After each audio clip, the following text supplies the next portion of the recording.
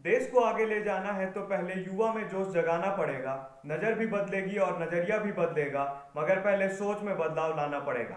सभा में उपस्थित प्रत्यक्ष अप्रत्यक्ष गणमान्य गणों को सादर नमस्कार। मैं शिवम कुमार विष्णुगढ़ प्रखंड का प्रतिनिधित्व कर रहा हूं और बहुत बहुत धन्यवाद नेहरू युवा केंद्र का, जिन्होंने मुझे बोलने का अवसर दिया, जिसका शीर्षक है देशभक्ति और एवं राष्ट्र निर्माण, सबका साथ, सबका विकास, सबका विश्वास और सबका प्रयास। आज जब मैं इस विषय के ऊपर सोच रहा था तो सहसा ही मेरे मन में विचार आया कि अंग्रेजों की 200 वर्षों की गुलामी और संघर्षों के बीते 75 वर्षों की आज़ादी के बाद आज ऐसी क्या जरूरत आन पड़ी कि हम देशभक्ति और राष्ट्र निर्माण विषयों पर चर्चा कर रहे हैं। तभी मेरे मन में बीते समय देश में हुई कई घटनाओं का स्मरण हुआ आता है, जहां सीएए और एनआरसी जैसे मुद्दों पर देश के युवाओं को बहकाया जाता है और कई बुद्धिजीवी इसे राष्ट्रीय मुद्दा बनाने में लग जाते हैं, तो वहीं उनके मुंह से गलवान के शहीदों के लिए एक शब्द नहीं निकलते। जहां देश के उच्च शिक्षण संस्थानों में देश विरोधी नारे लगाए जाते हैं तो देश हित में उठी आवाज को दबा दिया जाता है।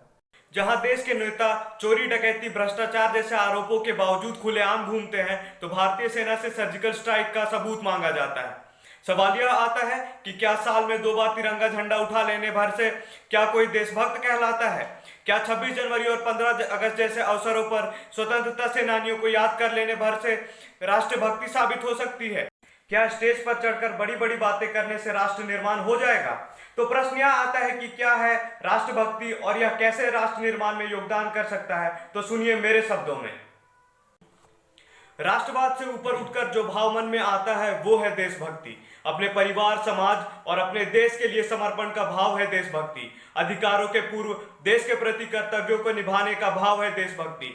धन की लालच को छोड़ ईमानदारी से राष्ट्र निर्माण के लिए किया गया त्याग है देशभक्ति।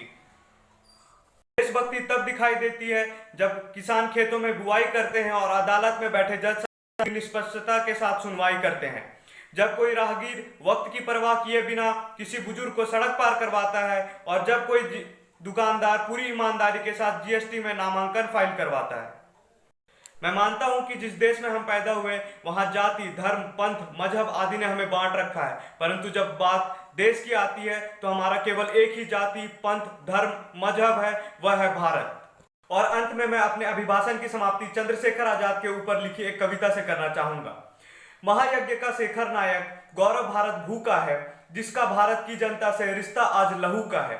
जिसके जीवन दर्शन ने हिम्मत को परिभाषा दी, जिसके पिस्टल की गोली ने इनकलाब को भाषा दी, जिसकी यश गाथा भारत के घर घर में नवचुंबी है, जिसकी बेहद अल्प आयु भी कई युगों से लंबी है, जिसको खूनी मेहंदी से भी देह रचाना आता था। आजादी का योद्धा केवल चने चबेने खाता था। आजादी का योद्धा केवल चने चबेने खाता था। बहुत बहुत धन्यवाद।